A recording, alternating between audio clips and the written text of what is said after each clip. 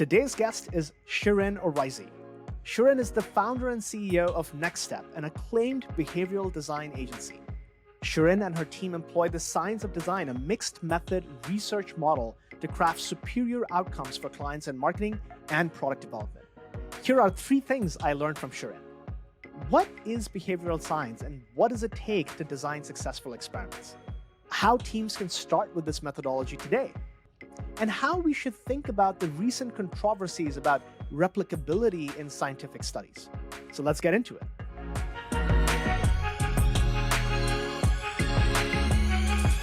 Okay, so let's kick this off, and we'll just jump straight in.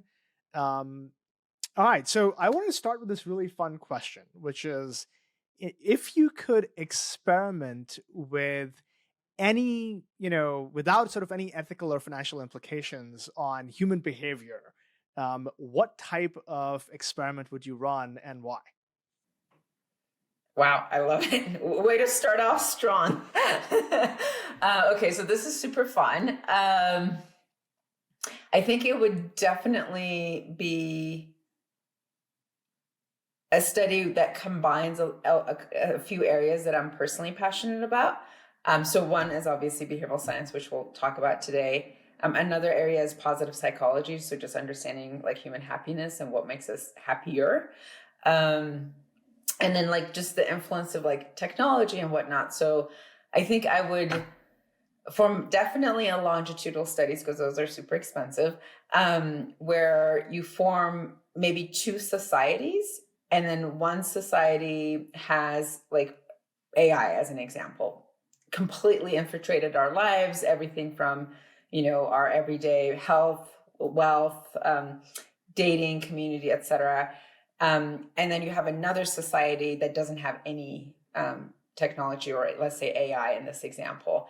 And then you measure for actual human happiness and metrics around well-being. And really the studies like, are we faring off better from an actual human well-being with something like AI. So all right, that's a very interesting topic, and it didn't even take us 60 seconds in the podcast to get to AI, which is awesome. I love it. On that note, the reason I wanted to have you on this podcast is to talk about behavioral science.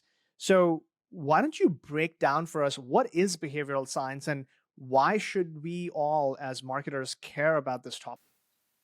Yeah, I love it. So I'm going to ask you a couple questions, because I'm hoping that this example will hopefully have you and your audience like really think about behavioral science differently. So I'm going to ask you a pretty simple question, which is, Pranav, you strike me as a pretty healthy person. So you probably know what it takes to be healthy, right? Eat your fruits and vegetables, exercise a few times a week, get your 8 hours of sleep. But here's a question. Pranav, have you ever missed a morning workout because you were binge watching Netflix or preparing a board deck in your case? It literally happened this morning. Yes, okay. It literally happened this morning. I missed a workout and I was very upset. So yes. Exactly. So hopefully what this example in health illustrates is that basically there's a gap between what we know we should do, which is get our workout, sleep, exercise, etc., and what we actually end up doing, binge watching Netflix, grabbing the donut instead of the apple, etc. And so it's really in closing this gap that behavioral science shines. And the reason for that is, as behavioral scientists, we are taking into account that people's emotions, their environment, whether it's a digital one or a physical one, social factors, etc., all of these influence our decisions.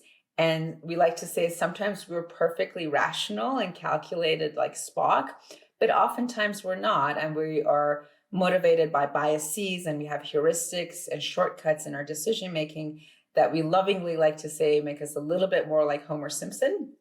And so as behavioral scientists, we really fundamentally don't think about, if I give you more information about the efficacy of sleep and exercise, that's what's going to get you awake in the morning. So as an example, we would partner with a company and build a mobile app where you donate $10 to a nonprofit that you don't believe in every time you miss a workout. Fun fact, we did this intervention with my team. I did donate. I'm now part of a database that I'm not going to say because we're not going to get political, but I was like, oh, this is so painful.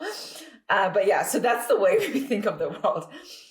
Well, that sounds like a really fun experiment that you ran. That's hilarious. Fun and painful. And I think just to like really bring it back on for marketers specifically, I think the challenge that we face is that we have this tendency to think about our user like Spock and just think like traditional economic theory, which is like more information. So when we don't know what to do, we default with just more content, more information, and then we assume that that's going to drive behavior. Sometimes it works, oftentimes it doesn't. Yeah, I love that.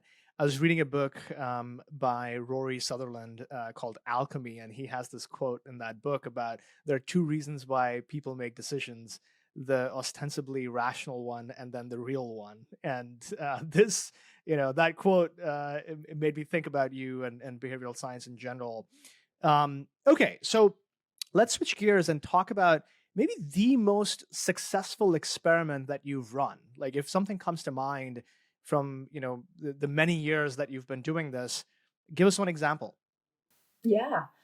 So this actually experiment was it was run by Brad Swain, who's our chief behavioral scientist, and we modeled it after work that Richard Thaler, who's a Nobel Prize winning behavioral scientist, he did research on how do you get people to do 401k savings, and so we modeled it after that. Quick background on the company. They were a fintech company, and they do what's called earned wage access. So for listeners that might not be aware what that is, it basically means that they allow employees at large organizations, say employees of Walmart, to basically borrow from their future paycheck. So a lot of times, as we know, Americans don't have enough savings to fund a medical bill or et cetera. And so this is a really great benefit that they were offering low income folks, and in comparison to like things like payday loans and so forth. So we help them increase adoption for this core product, but inevitably, as we know in tech, once they were done with getting adoption for this product, they wanted to increase lifetime value, and so they introduced this new savings feature. And when they introduced the savings feature, they had the savings rate was about 100% higher than what was available on the market. So from a Spock perspective, rational, you're like, okay, you get this on the market and people should be flocking to save. And in reality, they had like low digit adoption in the teens of the savings feature. So they came to us and they're like, okay, can you please, sprinkle in some behavioral science fairy dust into our marketing and get this to work? One of the things that we saw, and this is sometimes something that we encounter quite a bit with companies, is that are we even asking the right question? Because as behavioral scientists, we like to get really uncomfortably specific around what exact behavior change we're trying to change. And when we looked at it, the behavior changes, we need to get people to save. And so with that lens, it actually allowed us to kind of zoom out and look at the entire behavior journey for saving. And what we found was something very common with tech companies is that they basically get people into the sign-up flow for the core product. And then weeks later, they come and use marketing and email and push notifications and whatnot to try to get you to adopt another a feature. The problem with that is that your user was in that what we call a hot activated phase in the sign up, now in their either neutral or cold phase. So trying to ramp up their motivation to sign up for the savings feature is very difficult using marketing. So what we ended up doing was we actually introduced an experiment that we ran within the sign up flow, where we introduced the behavioral science concept of defaults. This is very well known. General idea is that as Homer Simpson, we don't like to change defaults, especially when decisions are difficult. We tend to be lazy and just not do anything. And so we introduced an option of defaults within the sign-up flow. And as a result, we were able to increase the sign up for that savings feature that used to be like about 16% to like about 73%. So pretty large intervention there. We like to think of it as a pretty elegant one where it was kind of one and done, so to speak. That's a massive increase, and kudos to you and the team that made it happen. That sounds like a really fun experiment and something that I think a lot of teams struggle with, right? So you do onboarding with something, and then you have an upsell cross sell message, so everyone can learn from this, but you can only do so many things with a particular user, right? So you can't put every possible upsell into the onboarding flow, and that I find becomes an issue of after a certain point you got to have a different way of appealing to that user. So this default is really useful, but you also have to think about other ways to get people back into that activation mode. Hot activation, I think, is the term that you used. Very cool. Okay, how did you get into behavioral science, Shirin? Like I hear that you were actually an engineer at NVIDIA. So tell me how you go from engineering at NVIDIA to a behavioral scientist. Yeah. I like to say I'm neither a scientist nor a marketeer, but I do both in real life now. Totally different background. I was an electrical engineering computer science degree here in the Bay Area. I graduated and then worked at NVIDIA. I actually worked at this company called 3DFX that got acquired by NVIDIA. This is ages ago. I'm not going to date myself. So I started off my career in tech, and then I left tech largely because I just have this entrepreneurial spirit, wanted to start my own thing. And for a good chunk of the existence of Next Step, we were largely a digital design firm. And it wasn't until a number of years ago where I met my now husband that I discovered behavioral science. So at the time, he's also an entrepreneur. He was running a series of sleep medicine clinics nationwide. And they had about a 79% adherence to like these CPAP machines, which if anyone's familiar with it, they're like really difficult things that you have to put on all night long. And I was just like really fascinated. I'm like, how in the world do you get a human to wear this device like on their face all night long? And he just smiled and he's like, I've read every single book on behavioral science that there is, and I've just like methodically been applying it. And so that really got me onto the quest of, okay, so there's something here. Can we apply it for our clients in our work? That's fantastic. Is he still doing that line of work, or has he moved on to something else now? No, he's done all sorts of different other things, but there is a common thread of behavioral science in everything that he does. He most recently was in actually the financial space, accounting, bookkeeping, and sold that company. So awesome. All right. So, you talked about these experiments that, you've run and your customers have run. I also find that not a lot of teams, both in product and in marketing, are really thinking about behavioral science as much as they should be, right? We're all, very much the Spock type of personality. What do you think enables teams to be successful with behavioral science versus not, right? Are there things that, does it start at the top? Does it start with the, individuals? Like, how do you even make that culture change in your team to start thinking about behavioral science more actively? Yeah, absolutely. So I think thematically, they recognize that the Spock way or the traditional way of thinking about solving their challenges is not working, or frankly, they hit a plateau. And they're like, the usual toolkit and ways that we've been approaching the problem is not working. But I think there's probably 2 or 3 fundamental things that they do a little bit differently. So I think the first one we touched on a bit earlier, which is like they're willing to ask the right question to solve the real problem.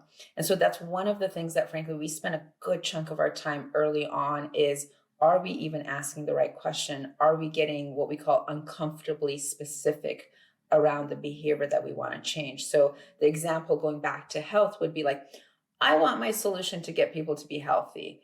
And we look at that, we're like, we have no idea how to do that. But if you come back and say like, hey, I want people to eat salads on a Tuesday and Thursday, okay, that's a behavior that becomes a lot more specific. So I think the first thing is really figuring out how are we solving for the right problem.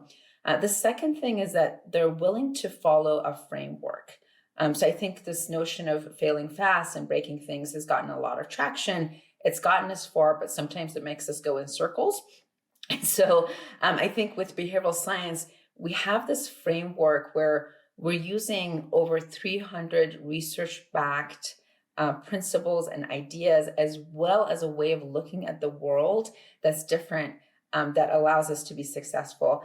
And then the final thing that I think is probably the most important thing is that thematically, the culture appreciates data and experimentation in making decisions.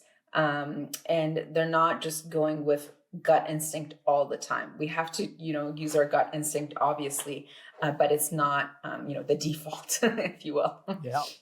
No, I love that. That idea of, having a framework and even those 300 sort of research-backed things that you talked about. Wouldn't it be awesome to actually just have them up on your wall? Like that's what I was thinking when you said 300, topics, evidence-based or research-based topics. Is there a resource like that? Like, do you all have an asset that just talks about here's all the different ways and you should, think about when applying behavioral science? Like, it'd be great to plug that into the audience and share a link to that. Yeah, absolutely. So I'll get that link. We don't have all 300, but we've created these little flashcards that include probably like 20 or 30 of the ones that we use quite often. And they have a little description of what it is, et cetera. So I'll be sure to get you a link to that. And then I think if you do like a Wikipedia or like behavioral scientist, I believe has a list of it. I will say though, that there's going to be some principles that are much more easier to replicate, especially in the context of marketing and product solutions that work better. So I would give weight to certain principles versus the other. Totally. They should all definitely come and talk to you all at Next Step as the experts. But okay, one other question for you. If there was one experiment or one sort of change that you would recommend every marketer try out in their marketing, what would that be? What would that look like? If there was just one that everyone should try at least once. Okay, love it. So the way I'm going to answer this is um, I'm gonna give you what I would try out if you're trying to get increased adoption, sort of at the top of the funnel. And then if you want, I can give you one that's more increasing lifetime value, sort of at the end of the funnel. So on the top of the funnel, I think, and especially if you are a technology company, the common challenge that we see is that you're bringing a new solution to the market. People don't have a mental frame for it, right? And so you're trying to get them to understand we're the Uber of, so to speak. And so the best principle to use is this thing called relative choices or relativity. Generally means as humans, we have a hard time making decisions in vacuum. This is why we go car shopping and shoe shopping and house shopping and so forth. And so what you want to do is compare your solution to the biggest competitor. And what I would call out here is that a lot of times what we find the biggest competitor for our clients is not a known competitor. It's actually the status quo bias of the buyer, which is, again, Homer Simpson, we don't like making decisions. Status quo, I just want to stay with the way I'm doing it. So really thinking through what's your biggest competitor and then comparing your solution to them. We found this to like replicate pretty nicely across lots of different clients. And then finally, hopefully, if you find yourself on the other side where you're now trying to make sure that people renew their licenses and you're increasing lifetime value, there's another principle called the endowment effect, which is this idea that as humans, we tend to basically value something that we feel ownership to as higher than what the market is willing to pay. So this is why we have a really hard time parting with our homes and our cars, because we think they're more valuable than what the market is willing to pay for it. How you can use this in your marketing is think about it. If somebody's already invested in bringing and using your solution, doing a pilot, using it, et cetera, but now they're on the fence whether they want to renew or not, you want to leverage the fact that and remind them of the fact that how much they've already invested in your solution. And it might be that they bought a Porsche and they're driving it like a Corolla. So it's really about words like claim, or really taking advantage of the investment that you've already made to make this solution work better for you. And we found that to work really well. Makes a lot of sense, that whole idea. And there's a related one, right? Like the IKEA effect. Like if you build it yourself, you somehow feel that it's more valuable. So like, getting engagement in the product. I want to actually ask you about this controversy that's happening in generally, I think, in the academic field, but also this whole thing about Daniel Kahneman, the author behind Thinking Fast and Slow, where somebody called him out that, hey, some of the analysis in that book is not really supported by evidence. And I'm curious if you see that in the field of behavioral science more generally. How do you think about the replicability of these studies and how much weight we should put in them? Yeah, I love that question. So I think just for reference, what happened is Daniel Kahneman, he referenced underpowered studies in his book. And by the way, the good news is that he came out on the Replication Index blog and just completely admitted to it, et cetera. I think more broadly speaking, we are seeing a replication crisis happening in psychology and academia, as we all know from the news. And so I think there's something to really call out here, which is one, why is this happening? And I think we want to pay attention to maybe incentives, because for whatever reason, the incentives in academia is ultimately to get published. And I think if you think of human behavior, we might be having a bias here towards not being as thorough. But I think where the applied world of behavioral science differs from the academic world of behavioral science is that we have a replication crisis happening twice a day, which is in our world, we are pitting different behavioral science principles against each other in a real world environment and trying to measure which one works best with your audience. So definitionally, we're going to get some principles that just don't work as well. So it's just a different, because our world, we're much more motivated by, results and case studies and so forth.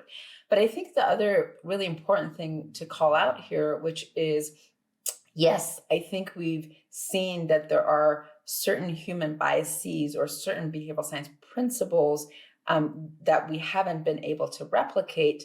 But I want to draw attention on something bigger here, which is, I think, the scientific framework and the way that we approach problem solving is still sound, right? So this notion that we really try to understand, where is there a problem? We form different hypotheses around solving the problem, and then we use a scientific method to try to understand it.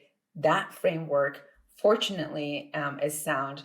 And maybe in ending, I'd say a quote that Brad likes to say from Winston Churchill, which is that, I think it goes somewhere like, democracy is the worst form of government I know, except for all the other ones that have been tried and haven't worked out. So I think that might be a lens to look at it too. Yeah, and by just by the virtue of the name of this podcast, we couldn't agree more. I think the scientific method is the way to go. Whether you're applying it to marketing or product or sales, you can definitely benefit from thinking about it that way, as a way to validate your gut and intuition if that's where you start, right? Well, Shirin, this was wonderful. Thank you so much for coming on. Where can people find you online? What would you like to say to them in terms of getting in touch with you or with your firm? Yeah, absolutely. So feel free to get in touch with me on LinkedIn. I know I have possibly a funny name for folks. So ShirinOreizy.